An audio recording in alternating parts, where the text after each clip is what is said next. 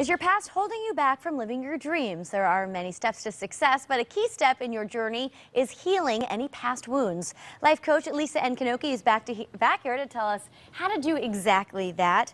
Hi, Lisa. Good morning. Happy New Year. All right, so we're talking about the 5 R's here. You say reinvent yourself, rejuvenate, renew, recapture, or rework your plan for 2013. Yes, and let's start with something simple. Just put on some exciting, rejuvenating music and get your mood up and ready to go. That's a pretty easy first step, though, right? Pretty it probably easy. Makes a big difference. Yeah, because a lot of people still, they hear this, you know, how to jumpstart your dreams, and they're still kind of, what is something, a small step that can make a big difference? And I think just some music can just kind of get you in the mood. Do some throwback music if you want to. That might help you out. There you go. All right, so a key part to your journey to success, healing the hurt. I think you have to heal the hurt. I know with everything going on from Newtown to just whatever it is, if you've had a recent death or a tragedy, an accident, I think we can't really talk about just go on and be successful without really acknowledging and really validating the fact that we are in pain. A lot of us are in pain. Just kind of hearing what's going on TV sometimes can impact us. So I think we really need to kind of start from there, heal the hurt. It might not all go away.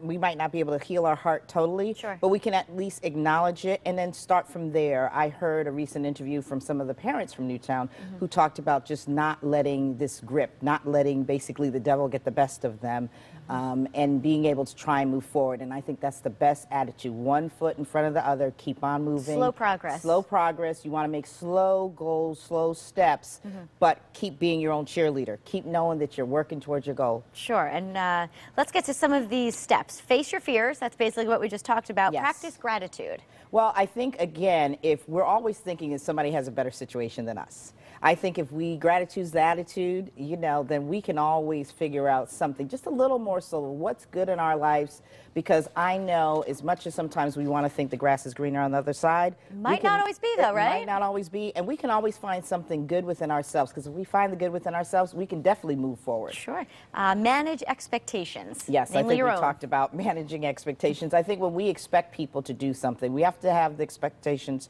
from ourselves first. When we can lead by example, then it's easier to kind of expect things. If that's the road that you're following, then you could say, hey, this is how I did it. But it doesn't necessarily work for everybody the same way. So I think we have to manage the expectations of people's experiences, life experiences, where they've been and where they're trying to go to. Where are they really trying to go to? A lot of people, everybody says they want to be successful. What does that mean? Break it down into little pieces. What does success mean for you? Might not be the same for you as it does for me. All right, and don't give up. Be persistent here. Yes. I mean, I really believe the fact that I always tell people, what's the easiest way to get to California? Is it just driving? Or get a map and try and follow the map to be the shortest distance. And I would think most of us would agree that getting a map. So that's why I always say make your roadmap to success. Because again, if we just go out there and just try anything, I mean, that's good. That's a good effort. But sooner or later, we're probably going to hit a detour. You might get lost. And we might get lost. And it's okay to have detours as long as we get ourselves back on track. But again, what's the best path to least resistance is try not to have too many detours. But we'll always learn along the way. And you mentioned be your own cheerleader, be your biggest cheerleader. You don't have to be so hard on yourself all the time. Well, I think if we cannot be our own cheerleader, why do we expect everybody else to want more for us than we want for ourselves? I think that being your own cheerleader is a very good sign of self-esteem for yourself. If you can cheer yourself on and say, you know what, I might have made a little mistake, or that might sound crazy to others, but what does it sound like to me? What do I want? It's my legacy, it's my journey, and I need to get on the road to get going here. Sure. These are great tips. You also say surround yourself with positive people. Yes. If you surround yourself with a lot of doubting Doras. Debbie Downers, same thing. Debbie Downers. Undoubtedly, you're going to second guess your own choices. And sometimes that might not be that bad.